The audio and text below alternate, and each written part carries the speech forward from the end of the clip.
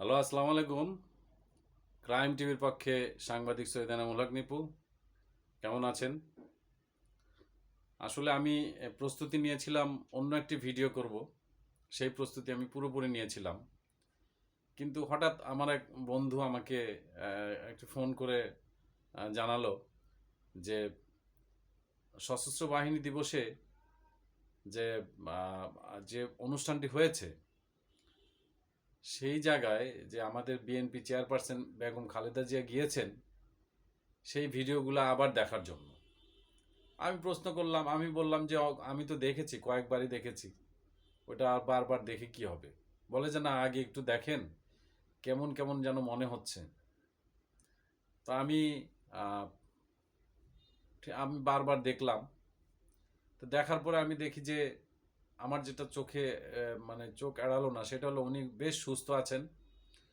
উনি খুব সুন্দর সাবলীল ভঙ্গিতে কথা বলছেন। যখন উনি সুস্থ থাকতেন, একসময় যখন আমি শেখ হাসিনা বা ওনাকে যখন একসাথে বসে আলাপ করতে দেখতাম, বা অন্য কোনো রাষ্ট্রদূত, উনি যখন প্রধানমন্ত্রী ছিলেন, অন্য কোনো রাষ্ট্রদূত আসতো বা অন্য কেউ আসতো বা অন্য কোনো রাষ্ট্রপ্রধান আসতো, উনি যেইভাবে আলাপ করতো সোফায় বসে, অঙ্গভঙ্গি করতেন, ঠিক সেইভাবে অঙ্গভঙ্গি করছেন। কিন্তু আশ্চর্যের বিষয় হলো উনি তো অসুস্থ দীর্ঘদিন যাবৎ, এবং ওনাকে বিদেশে না পাঠালে, ওনার ডাক্তাররা বারবার বলতেন যে বিদেশে না পাঠালে উনি যে কোনো সময় মারা যাবেন। ওনার কিডনি রোগ আছে, ওনার ডায়াবেটিস আছে, লিভার সিলোসিস আছে, কিডনির সমস্যা, এবং ওনার লিভারের ভিতরে অভ্যন্তরীণ রক্তক্ষরণ হচ্ছে, ভয়ঙ্কর অবস্থা। কিন্তু উনি যে স্বতঃস্ফূর্ত আছেন, সেই জায়গাটায় আমার একটু মানে আমার নিজেরও একটু চোখে লেগেছে। পরবর্তীতে এরপরও আমি জিনিসটা এড়িয়ে যেতে চেয়েছিলাম, কিন্তু আমি যখন ক্যালকাটা ডায়ালগের যে আমি সেই ভিডিওটা দেখলাম, তখন আমার মনে হলো যে আবার ভালো করে দেখি আসলে ঘটনাটা কি। এবং আমি এবার আরও ভালো করে দেখলাম। এবার আমি পুঙ্খানুপুঙ্খরূপে ভিডিও থামিয়ে থামিয়ে আমি বেগম খালেদা জিয়ার যে চোখের ভ্রু, বেগম খালেদা জিয়ার মুখের হাসি, বা ওনার চোখের যে গঠন, ওনার শারীরিক সক্ষমতা, এগুলো আমি মিলাচ্ছিলাম খুঁটিয়ে খুঁটিয়ে। এবং আমি দেখছি যে ওনার যে চোখের ভ্রু সাধারণত অনেক উঁচু দিয়ে উনি ওটা ওটা ঢেকে রাখেন অথবা কেটে রাখে, অনেক উঁচু দিয়ে একটা আর্ট করেন। হ্যাঁ, কিন্তু সশস্ত্র বাহিনী দিবসে যে যিনি গিয়েছেন বেগম খালেদা জিয়ার নামে, তো উনি বা উনি খালেদা জিয়া নিজেই গিয়েছেন, কিন্তু ওনার ভ্রুটা অনেক নিচে, উঁচে করা কিন্তু নিচে, আর ওইটা অনেক উঁচুতে। এই একটা ডিফারেন্স। আর একটা ডিফারেন্স হলো শারীরিকভাবে ওনাকে সেই রকম অসুস্থ মনে হয়নি।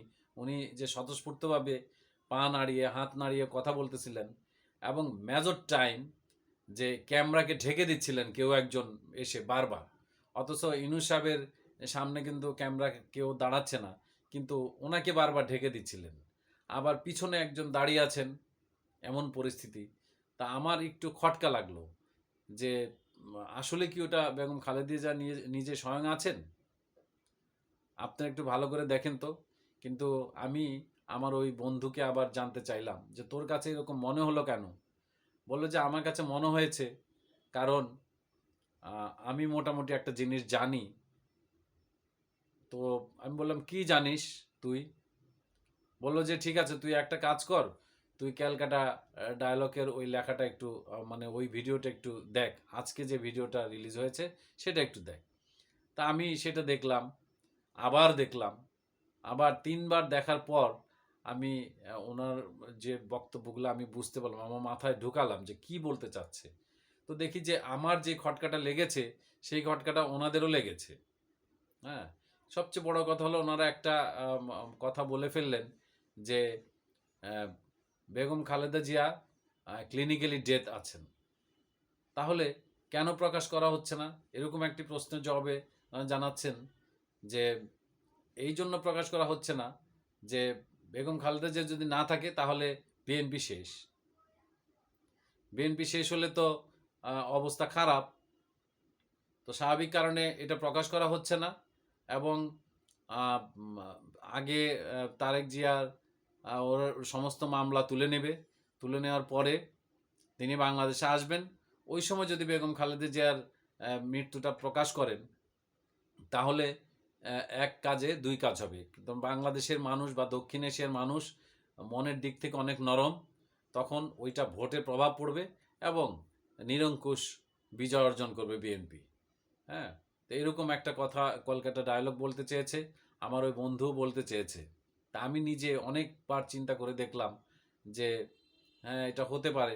কারণ আহ, কারণ ওনার ওনার যে বাচন ভঙ্গি কোনো কিছুই মিলছে না। উনি এত সিরিয়াস একজন রুগী, উনি ওইখানে গিয়েছেন, যেতেই পারে, কিন্তু উনি যে কথা বলতেছিলেন ইউনূস সাহেবের সাথে, সেইটাতে আমার একটু কনফিউজড যে উনি এত সুস্থ কিভাবে সম্ভব।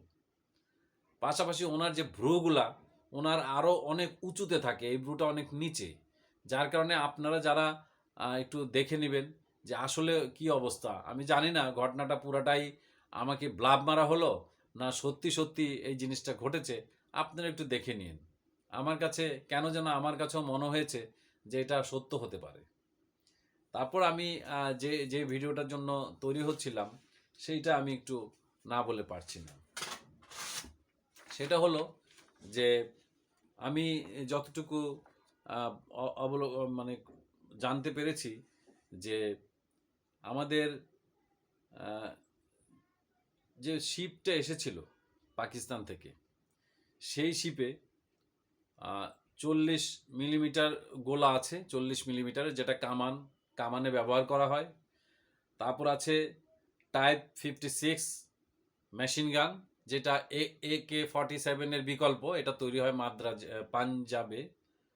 হ্যাঁ, এটা তৈরি হয়। তো AK-47 মানে অল্টারনেটিভ একই রকম, ওটা তৈরি হয়। এবং এগুলা ISI এগুলা পাঠাচ্ছে। এবং আরেকটা খুব গুরুতর একটা জিনিস আমি জানলাম যে ISIর যে প্রধান আছেন, হ্যাঁ, তিনি হলো আপনার আসিফ মল্লিক, মানে এই ধরনের একটা নাম। হ্যাঁ, আসিফ মল্লিক, আচ্ছা, এই ধরনের একটা নাম আছে। তো উনি সম্ভবত যেটা জানলাম যে আমাদের সেনাবাহিনীর প্রধান ডক্টর মানে ওয়াকার ইউনূস সাহেবের নাকি খুব ঘনিষ্ঠ মানুষ।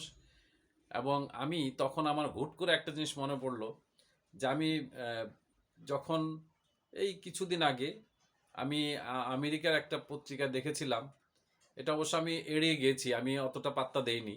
ওখানে দেখেছিলাম যে আমাদের সেনাপ্রধান IS এর সাথে জড়িত এবং IS এর এজেন্ট, এরকম একটা আমি দেখেছিলাম, কিন্তু আমি ততটা পাত্তা দেইনি, কারণ এটার আমি আসলে কোনো সত্যতা পাইনি। তো এখন আজকে যখন এটা জানলাম যে এই শিপগুলাতে এগুলা ছিল এবং ISI এর চাপে, ISI এর পরামর্শে, আমাদের সেনাপ্রধানের নির্দেশে মাহফুজ আলম সাহেবকে আপনার এই যে ইউনূস সাহেবের উপদেষ্টা নিয়োগ করা হয়, ইউনূস সাহেবের একজন পরামর্শক নিয়োগ করা হয়। এইটা ছিল ISIর। এবং এই লোক নাকি, এই মাহফুজের নাকি বিশ্বের বিভিন্ন জায়গায় গ্রেপ্তারি পরোয়ানা আছে এবং মাথার উপরে টাকাও নাকি লাগানো আছে। আমি জানি না ঘটনাটা কতটুকু সত্য বা মিথ্যা, কিন্তু এটা যদি হয়ে থাকে তাহলে তো আমরা গুরুতর সমস্যায় আছি। অনেকগুলা কাজ যেগুলা এইগুলাকে সমর্থন করে, সেগুলা কেমন যে 71কে মুছে ফেলার চেষ্টা করা হচ্ছে। বঙ্গবন্ধুকে তো 5 তারিখেই মুছে ফেলছে অলরেডি, এবং সংবিধান মেনে শপথ করে সেই বঙ্গবন্ধুর ছবিও নামিয়ে ফেলা হচ্ছে বিভিন্ন জায়গা থেকে, এবং 71-এর কথাটা বলাই হচ্ছে না। এইসব কারণে পাশাপাশি আপনার যারা ধর্মীয় সংগঠনগুলোকে প্রাধান্য দেওয়া হচ্ছে, যেমন জামাতকে প্রাধান্য দেওয়া হচ্ছে খুব বেশি। এইসব কারণে এই সন্দনটা ফেলে দেওয়া যায় না। আর এটা তো অলরেডি এখন তো প্রকাশ হয়েছে, কারণ একজন সমন্বয়ক, তিনি আমি বলতে শুনেছি সম্ভবত মাসুদ নাম, ওনার ওনার ভিডিওটা আছে, উনি টক শোতে বলেছেন যে তারা 15 বছর যাবৎ এই পরিকল্পনা করছে যে এই সরকারের বিরুদ্ধে, অর্থাৎ আওয়ামী লীগ সরকারকে কিভাবে ফেলে দেওয়া যায় এবং কিভাবে বিপ্লব ঘটানো যায়।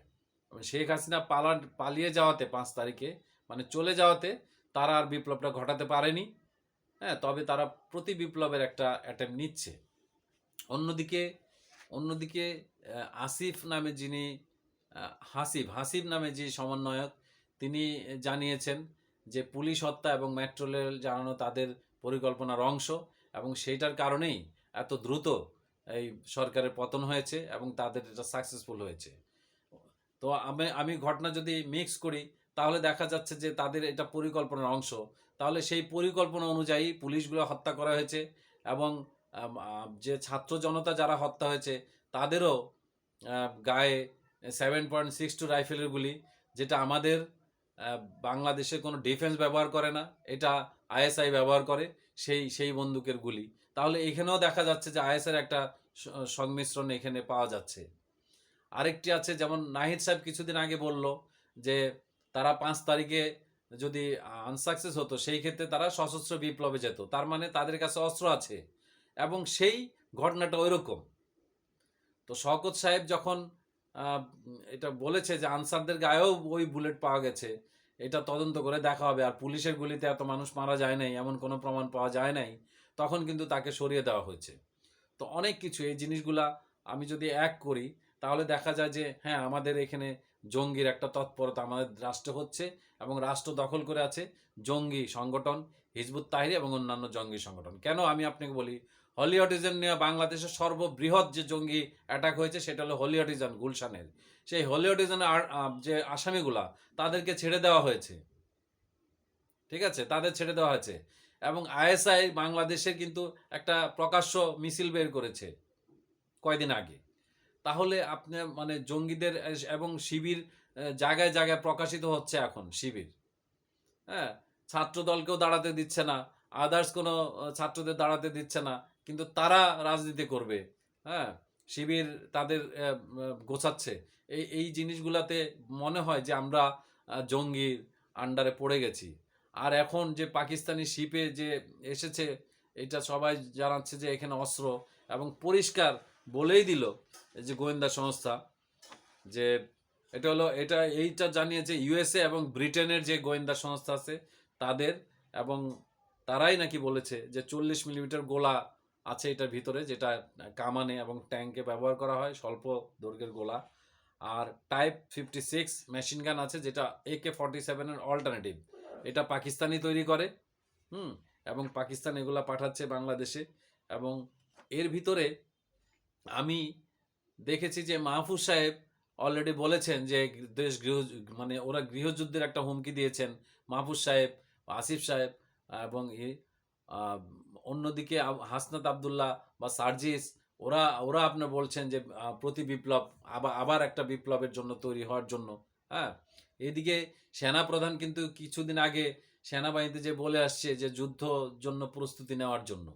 আমি বুঝি না, বাংলাদেশের চতুর্দিকে যদি ভারত থাকে, একদিকে বঙ্গোপসাগর, চতুর্দিকে ভারত, তাহলে কার সাথে যুদ্ধ করবে?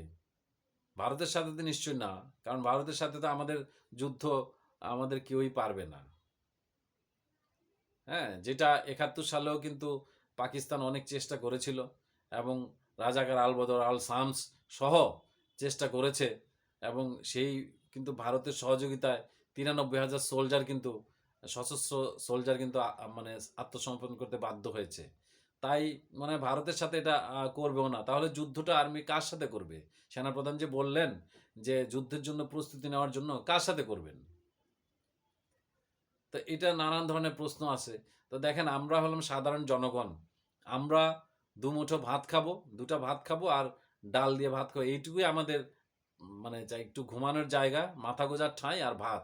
এছাড়া আমাদের আর কোনো কিছু নাই। আমরা রাজনীতিও করি না, কিন্তু বর্তমানে বাজার দরের অবস্থা তো অনেক খারাপ, ওদিকে তো তাকানো যাচ্ছে না। আলুর কেজি 400 টাকা, এটা আলুটা কেউ তো আমাদের দামই দেয় না আলুকে, সেই আলুর কেজি 400 টাকা। নতুন আলু অবশ্য, পুরাতন আলু এখনো 60 টাকা, 60 থেকে 70 টাকা পাওয়া যায়, কিন্তু নতুন আলু 400 টাকা। এটা কেমন ব্যাপারটা, হাস্যকর না?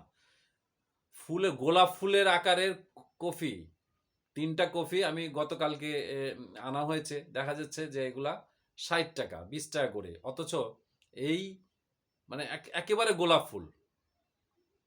তো যাই হোক, আমি ওই দিকে যাচ্ছি না, কিন্তু আমার কিন্তু এটা ভয় হচ্ছে যে উপদেষ্টারা ওরা গৃহযুদ্ধের হুমকি দিচ্ছে, এরা বিপ্লবের কথা বলতেছে, অন্যদিকে সেনাপ্রধান বলছে যুদ্ধের জন্য নিতে, আবার ওদিকে পাকিস্তানি শিপ আসতেছে, ব্রিটেন আমেরিকার গোয়েন্দা সংস্থা বলতেছে যে বাংলাদেশে অস্ত্র ঢুকতেছে। তাহলে কি আমরা সত্য সত্য অনেক বিপর্যয়ের ভিতরে পড়ে যাচ্ছি? আমার প্রশ্ন রইল জনসাধারণের কাছে যে আপনারাও তৈরি থাকেন, কারণ যে কোনো বিপর্যয়ে হয়তো আমরা শেষ হয়ে যাব, নয়তো আমরা মাথা উঁচু করে দাঁড়াতে হবে আমাদের। এছাড়া কোনো উপায় নাই। আল্লাহ হাফেজ। জয় বাংলা, জয় বঙ্গবন্ধু।